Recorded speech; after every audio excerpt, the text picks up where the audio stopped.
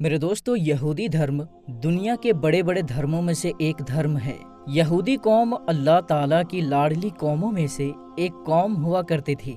इस कौम की हिदायत के लिए अल्लाह ताला ने 48 अंबिया इकराम को इनके बीच में भेजा था, मगर ख़ास तौर पर यहूदी धर्म की निस्बत यानी लगाव हजरत मूसा अलैहिस्सलाम की तरफ की जाती है, क्योंकि इनका नस्ली ताल्लुक हजरत याकूब अलैहिस्सलाम से था, जिनका लक़ब इसराइल था।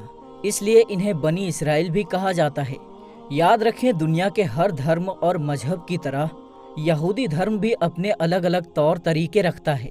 मजहब इस्लाम की तरह यहूदियों में आज़ान भी दी जाती है, नमाज भी पढ़ी जाती है और रोजे भी रखे जाते हैं। और यही नहीं, बल्कि यहूदी धर्म में इस्लाम धर्म की तरह हलाल जानवर की कुर्बानी भी की जाती है। लेकिन इनके तौर तरीकों के लिहाज से देखा जाए तो इनमें और इस्लाम धर्म में जमीन आसमान का फर्क है। आज की इस वीडियो में हम बात करने वाले हैं यहूदी धर्म में दी जाने वाली कुर्बानी के बारे में, यानी कि यहूदी धर्म के लोग किस तरह से जानवर की कुर्बानी करते हैं और कुर्बानी करने से पहले वो उस जानवर के साथ क्या करते हैं। जानकर यकीनन आप लोग भी हैरान रह जाओगे। इसीलिए आज का ये वीडियो आप सभी के लिए बहुत ही ज़्यादा खास है। आप इसको आखिर तक जरूर देखें।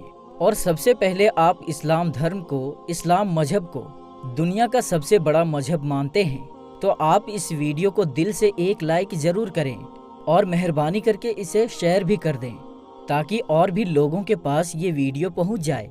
तो चलिए दोस्तों, शुरू करते हैं। मेरे दोस्तों, सबसे पहले तो हम आपको बता दें कि यहूदी धर्म में रोज़ की 3 इबादतें मुकर्रर की गई हैं, जिनमें से सुबह और दोपहर की 2 फ़र्ज इबादत है, जबकि शाम की इबादत अपने आप पर वाजिब की जा सकती है। याद रखें कि यहूदी धर्म में ये सब इबादतें उस वक्त तक लागू नहीं होती है जब तक कि इंसान अपने रोज़मर्रा की ज़िंदगी का हिस्सा बनाने के लिए नियत ना कर ले। और जब कोई इंसान इबादत करने की नियत कर लेता है तो उस नियत के बाद तमाम इबादतें उस पर वाजिब हो जाती है, और फिर इनमें और फ़र्ज इबादतों में कोई फ़र्क नहीं रहता है। इसके अलावा ये भी याद रखें कि यहूदी धर्म में तमाम इबादतें अपने तौर पर अदा की जा सकती हैं और बाजमात भी अदा की जा सकती हैं, मगर यहूदी धर्म का मानना है कि बाजमात इबादत करने में ज़्यादा फजीलत है। इसलिए फिर जब इनकी जमात इकट्ठी हो जाती है तो फिर वो खुदा की दरबार में बतौर बनी इसराइल की कौम को पुकारते हैं। इनकी जमात को पूरा होने के लिए इन्हें कम से कम 10 लोगों की ज़रूरत होती है, वरना एक साथ होकर भी ये लोग अपनी अलग अलग इबादत कर सकते हैं। मेरे दोस्तों, मजहब इस्लाम की तरह यहूदी धर्म में कुर्बानी भी की जाती है, लेकिन इनका जो कुर्बानी करने का तरीका है वो मुसलमानों से बिल्कुल अलग है। याद रखें, यहूदी धर्म में फ़र्ज कुर्बानी के अलावा अलग अलग मौक़ों पर और अलग अलग तरीक़ों से भी कुर्बानी की जाती है, और इन्हीं तमाम तरह की कुर्बानियों को कुर्बन कहा जाता है। कुर्बन कुर्ब से बना है, जिसका मतलब करीब होता है, और इस लफ्ज़ को उन्हीं कामों में इस्तेमाल किया जाता है जिन कामों को करने से यहूदी समझते हैं कि वो अपने खुदा के करीब हो गया। यहूदी धर्म में उन्हीं जानदार और हलाल जानवरों की कुर्बानी की जाती है कि जिनकी कुर्बानी इस्लाम धर्म में मुसलमान बकरीद के मौके पर करते हैं। लेकिन इसके अलावा यहूदी धर्म के लोग फाख्ता, मुर्गी और इन जैसे बहुत सारे परिंदों की भी कुर्बानी करते हैं। कभी कभी इनके यहाँ कुर्बानी अनाज के तौर पर भी किया जाता है, जैसे कि गेहूँ, चावल, दाल, खुशबू और इस तरह की बहुत सारी चीज़ों को भी इनकी कुर्बानी में इस्तेमाल किया जाता है। यहूदी धर्म में जब भी किसी जानवर की कुर्बानी करते हैं तो आम तौर पर उस कुर्बानी के जानवर को 3 हिस्सों में बांटा जाता है। इनमें से पहला हिस्सा तो खुद कुर्बानी देने वाला रख लेता है, जिसे फिर वो अपने घर वालों के साथ में पका कर खाता है, जबकि दूसरा हिस्सा कुर्बानों को दे दिया जाता है, यानी कि जो लोग कुर्बानी करते हैं उनको दे दिया जाता है। और तीसरा हिस्सा जो उनके कुर्बान गाह बनी होती है, यानी कि हैकले सुलेमानी के खास जगह पर रख कर जला दिया जाता है, और यही वो हिस्सा होता है जिसको यहूदी अपने खुदा के सामने पेश करते हैं। इसके अलावा कई बार यहूदी अपने खास मौक़ों पर, या यूं कहें तो अपने कोई खास खुशी के मौके पर कुर्बानी भी देते हैं। इस तरह की कुर्बानी में पहले तो यहूदी अपने कुर्बानी के जानवरों को साथ में लेकर उनके साथ में नाच गाना करते हैं, यानी कि उस कुर्बानी के जानवर के साथ में खूब खुशियां मनाते हैं। اس کے بعد میں اس جانور کی قربانی اپنے خدا کے سامنے پیش کر دیتے ہیں۔ ایسے موقع پر دی گئی قربانی کا سارا حصہ ہی قربان گاہ پر رکھ کر اس کو جلا دیا جاتا ہے، یعنی کہ یہودیوں کے مطابق اس طرح کی قربانی کا سارا حصہ ہی خدا کے حوالے کرنا ہوتا ہے۔ جس جانور کو اس طرح کے خاص قربانی کے لیے استعمال کیا جاتا ہے اسے کسب الفدا کہا جاتا ہے۔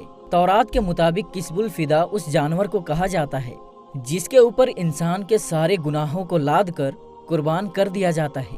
تورات میں یہودیوں کو اس طرح کی قربانی کرنے کا بار بار حکم دیا گیا ہے، لیکن اس کے ساتھ ہی ہم آپ کو یہ بھی بتا دیں کہ پچھلے کئی سالوں سے یہودیوں نے قربانی کرنا بند کر رکھا ہے، یعنی کہ اس وقت یہودی قربانی نہیں کر رہے ہیں، اور اگر کوئی کرتا ہے تو اس کو صرف صدقہ اور خیرات ہی مانا جاتا ہے۔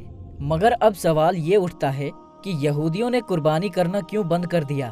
تو ہم آپ کو بتا دیں کہ یہودیوں کی جو قربان گاہ تھی وہ ہیکل سلیمانی میں بنی ہوئی تھی۔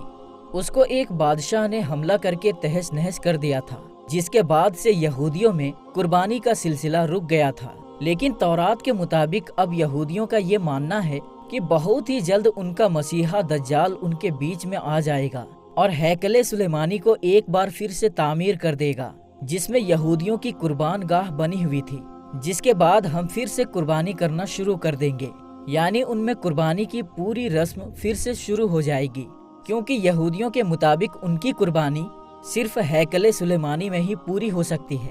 اس کے علاوہ دوستو ہم آپ کو یہ بھی بتا دیں کہ دین اسلام کی طرح یہودی دھرم میں آذان اور نماز کا تصور بھی پایا جاتا ہے۔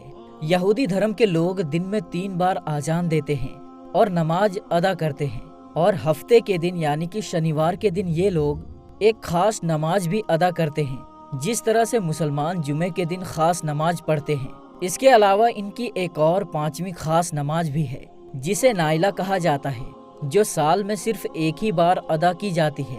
دین اسلام کی طرح یہودی دھرم میں بھی نماز تنہا اور جماعت کے ساتھ میں ادا کی جا سکتی ہے۔ جس طرح سے اسلام میں باجماعت نماز کی فضیلت زیادہ ہے، ویسے ہی یہودی دھرم میں بھی باجماعت نماز کو زیادہ افضل مانا گیا ہے۔ لیکن ان کے نماز میں اکثر اعمال کی قیرت با آواز اور ایک خاص لے میں کی جاتی ہے جسے نیگن کہا جاتا ہے۔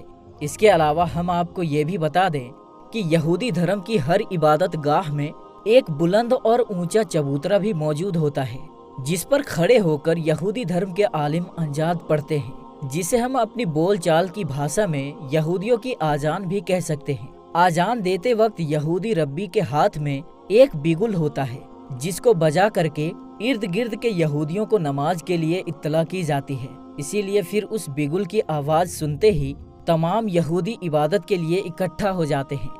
یاد رکھیں دین اسلام میں جب نمازیوں کو اکٹھا کرنے کے لیے اللہ کے پیارے نبی حضرت محمد مصطفیٰ صلی اللہ تعالی علیہ وسلم نے لوگوں سے رائے لی تھی تو اس وقت کچھ لوگوں کی طرف سے انہی یہودیوں والے طریقے کا مشورہ دیا گیا تھا، لیکن اللہ کے پیارے نبی نے اس طریقے کو اپنانے کے لیے صاف صاف منع فرما دیا تھا، یعنی کہ آپ نے یہودیوں کے اس طریقے کو ناپسند فرما دیا تھا۔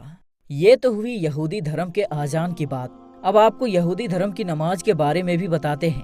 یاد رکھیں دین اسلام کی طرح یہودیوں میں بھی نماز پڑھی جاتی ہے، لیکن ان کا نماز پڑھنے کا وقت اور طریقہ مسلمانوں کے نماز سے بہت زیادہ الگ ہے، یعنی کہ یہودیوں اور مسلمانوں کی نماز میں بہت زیادہ فرق پایا جاتا ہے۔ یہودیوں کے نزدیک نماز کی وجہ اپنے خدا کا شکر ادا کرنا اور اپنے گناہوں کی معافی مانگنا ہے۔ اس کے علاوہ یہودیوں کا یہ بھی کہنا ہے کہ خدا نے ان کو یہ زندگی دی ہے، تورات جیسی مقدس کتاب عطا کی ہے، اس لیے یہ ان پر فرض ہے کہ وہ اپنے خدا کی تعریف کرے اور ان کا شکر ادا کرے۔ اس لیے یہودی دھرم میں انفراطی اور اجتماعی دونوں نمازیں ہیں۔ انفراطی نماز کسی بھی وقت ادا کی جا سکتی ہے، یعنی کہ کسی بھی خاص موقع پر، جیسے کہ کوئی دکھ اور مصیبت دور ہونے پر، کوئی بیماری سے نجات حاصل ہونے پر، یا پھر کسی بھی خوشی کے موقع پر پڑھی جا سکتی ہے، جبکہ اجتماعی نماز دن میں صرف 3 بار ہی پڑھی جاتی ہے۔ جس طرح سے ہم مسلمان دن میں 5 بار نماز ادا کرتے ہیں، اور یہودی دھرم کے یہ 3 نماز خاص ان کے عبادت خانوں میں ہی کی جاتی ہے، ویسے ہی جس طرح سے مسلمان مسجد میں جا کر نماز ادا کرتے ہیں۔ لیکن یاد رکھیں یہودی لوگ بھی مسلمانوں کی طرح जब अपने इबादत गाह में जाते हैं तो सबसे पहले वो वजू करते हैं, लेकिन इनका वजू मुसलमानों के वजू से बहुत अलग तरह का होता है। दरअसल यहूदियों के वजू में जो खास चीज होती है वो होता है इनका लोटा, जिसके बगैर इनका वजू भी नहीं होता है। यहूदी सबसे पहले अपने उस लोटे से पानी भरते हैं और उसके बाद में वो अपना वजू करते हैं, लेकिन वो मुसलमानों की तरह ना ही अपना मुंह धोते हैं और ना ही अपने पैरों को धोते हैं और ना ही सर का मसा करते हैं, बल्कि इनका वजू करने का तरीका अजीब तरह का होता है। यहूदी लोग अपने लोटे से पानी लेकर अपने हाथ को 3 बार धोते हैं और फिर दूसरे हाथ को भी 3 बार धो लेते हैं। फिर अपने दोनों हाथों को धोकर अपने दिल में ये तसव्वुर कर लेते हैं कि अब हम पाक हो गए हैं। वजू करके फिर यहूदी अपने इबादत गाह में चले जाते हैं, जहाँ पर तौरात का आलिम होता है, जिसको रब्बी कहा जाता है, और वो वहाँ पर नमाज पढ़ाता है। इसके अलावा हफ्ते के दिन यानी शनिवार के दिन इनका बड़ा इज्तिमा भी होता है, जिसमें तमाम इस्राएली मर्द और औरत शिरकत करते हैं। फिर वहाँ पर तौरात को बुलंद और ऊंची आवाज में पढ़ा जाता है। यहूदी अपनी नमाजों में बुलंद आवाज से और खूबसूरत आवाज और लय के साथ में तौरात की तिलावत करते हैं। इसके अलावा नमाज के दौरान यहूदी कभी रुकू में चले जाते हैं, तो कभी बड़े बड़े सजदे करते हैं, तो कभी खड़े खड़े झूमने लग जाते हैं, तो कभी जोर जोर से तौरात की तिलावत करने लगते हैं, फिर कभी झुकते हैं, कभी सजदा करते हैं, और इस तरह से करते हुए वो अपनी नमाज पूरी कर लेते हैं। इसके अलावा ये भी याद रखें कि नमाज के दौरान यहूदी अपना रुख यरूशलेम यानी बैतुल मुकद्दस की तरफ रखते हैं, यानी कि ये लोग बैतुल मुकद्दस की तरफ अपना मुंह करके नमाज पढ़ते हैं। तो मेरे दोस्तों, हम ये उम्मीद करते हैं कि हमारी आज की ये वीडियो आपको जरूर पसंद आई होगी। वीडियो पसंद आने की सूरत में वीडियो को लाइक शेयर जरूर करें। तो मेरे दोस्तों, आज की इस वीडियो में बस इतना ही।